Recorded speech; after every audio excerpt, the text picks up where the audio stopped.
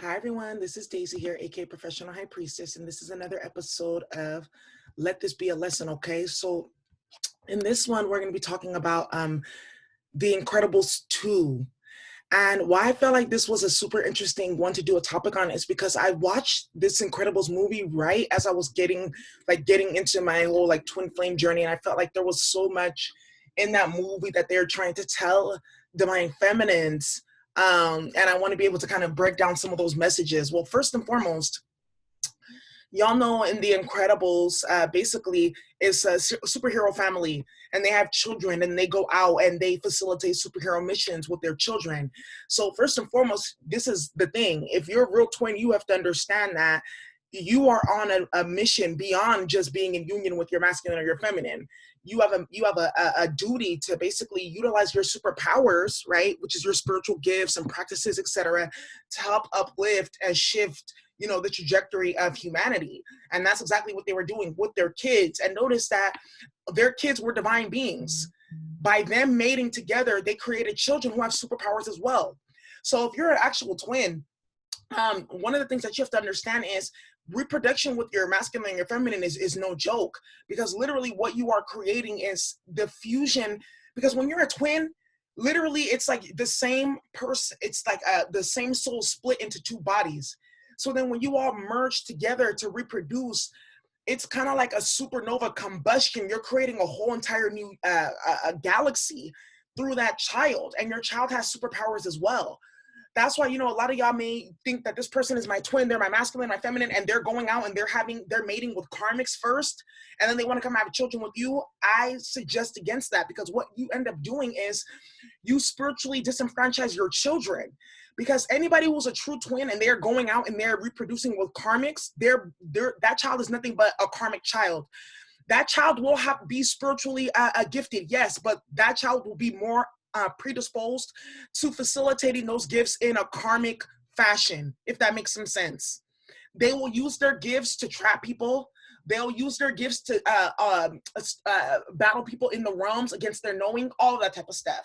So that's the first thing that you have to understand. And then let's say, for instance, you and your masculine, that you go into union after they impregnated and had children with the karmic, that child is going to be in ways spiritually disenfranchised.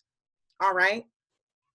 Another thing here too is, let's say, for instance, your masculine and your feminine, they know that they're supposed to be going into union with you. They know that there's a divine child involved, and they do not fulfill that mission and that path. What will end up happening is, because they have now descended into the level of a karmic, the divine will actually take that energy and put it into a different soul partner for you to be able to go and mate with, and you will go and have that divine child with another person. And your masculine and your feminine, who basically refused to go into union and they broke the contract, they did not fulfill the contract, their divine powers will be taken away. Yes, that is what happens. That does happen. Okay. Now, let's say, for instance, your masculine and your feminine had magic done on them to keep them in a situation against their will, and then there was a child brought out of that situation by force. There's different circumstances for that. That child will be spiritually disenfranchised. Okay. The divine has it's like a subjective type of reasoning for certain type of cases, right? Depending on what was going on. If there was, of course, magic, spell work, manipulation, there's different circumstances. So I wanted to put that out there. But anyways, what ended up happening was, in the second movie, the superheroes were losing a little bit of clout because they were causing too much distraction as they were trying to go out and save humanity. So what ended up happening was Elastigirl and the husband, I can't remember his name for some reason, I don't know why it's skipping my mind.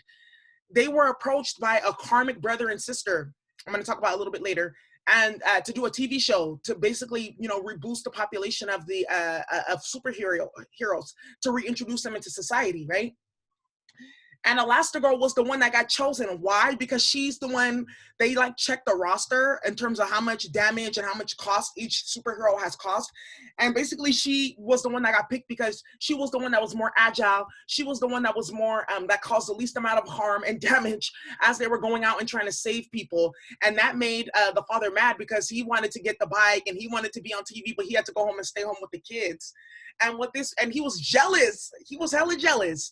I don't know if you all you guys saw this movie, but she would call home and be like, oh, you know, this is going on and that is going on. And he'll be like, oh, really? I'm so happy for you. Like grinding his teeth, jealous and upset.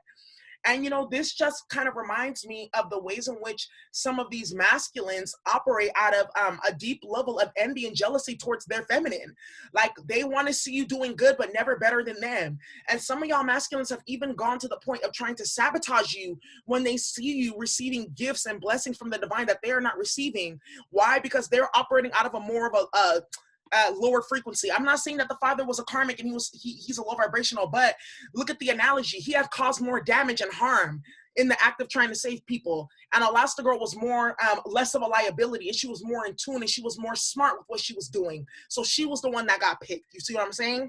So what I see, the analogy that I saw with this is a lot of the times it is the feminine that gives them, that holds like the birthright of the twin flame union. She really is the one energetically that decides if you go into union or not. If you're high vibrational and your masculine is low vibrational, you've already decided that you're not going into union with your masculine, just by nature of you being higher vibrational than them, right? And holding yourself to a higher standard. Another thing that I noticed with this is too, a lot of masculines, they like to be in that traditional patriarchal role, like, oh, you're the feminine, you stay home, I go out, I take care of business, you know, I'm the one that is battling danger, and you know, those traditional roles. But here the roles were flipped, and it was really hard for this masculine to deal with, because he had played into some of those patriarchal tropes that a lot of masculines play into, that, you know, the feminine is supposed to be subjugated to them. And she wasn't. And Disney is problematic for me, but I like the way that they kind of like shifted that, because young women and girls, we have to see that. Enough of this Snow White and Cinderella and Beauty and the Beast, where, you know, oh, I need a nigga to come and save me, excuse my language, to come and save me. Nah, save yourself, right? And what they were showing you here in this movie is that some of the times it's the woman that needs to lead the man, not the other way around.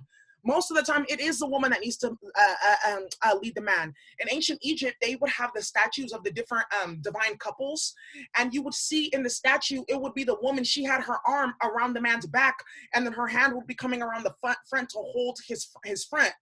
Meaning, basically, I got your back and your front. I'm your support system. I'm your stability. I'm your backbone. And I'm not saying that women, we need to play into those roles where, you know, we need to hold men up and things like that. But no, what they were saying is, without a strong feminine force, without a strong, integrated, balanced feminine force, no masculine is prepared for rulership. So a lot of these different masculines that they want to be front and center, and they want to be in a position of power, and they have a distorted feminine within them, and then they are engaging with distorted feminines without in the form of karmics and addictions, et cetera, et cetera. You're not fit to rule. And that's why a lot of these masculines are having their feminines taken away, because they don't respect the process. It's the feminine who kind of carries the birthright and takes the union forward. It's a matriarchy, not a patriarchy. That's what these masculines fail to understand. Let's keep going. Who's getting deep? Whew. Karmic energies. So in the movie, oh my God, you can even tell that she's on something with those eyes. And then you see this brother. I know someone that looks dead on like him. This is crazy. And he acts just like this man too in real life. But anyways, you had this karmic brother and sister who basically, they had a tech company where they were creating these different products for superheroes and whatnot. And their story was like their mother and father really liked superheroes, and they cared for them and they funded them. They came from a rich family, but their parents were killed in some way, shape, or form due to something happening. I can't remember what happened in the movie. Either they turned off like the superhero like light box for a day, and then they ended up being killed or something like that. So these two, you know, they kind of held that grudge and that resentment for their parents passing away. And then they ended up creating this telebot, which is basically this hypnotic machine where it would take over the airwaves. And when people would look into the eyes of this machine or something like that, they would be hypnotized, right? And what they were doing, this brother and sister, they had created these technologies that would basically put scales, blinders over the eyes of superheroes and turn them evil and turn them against humanity.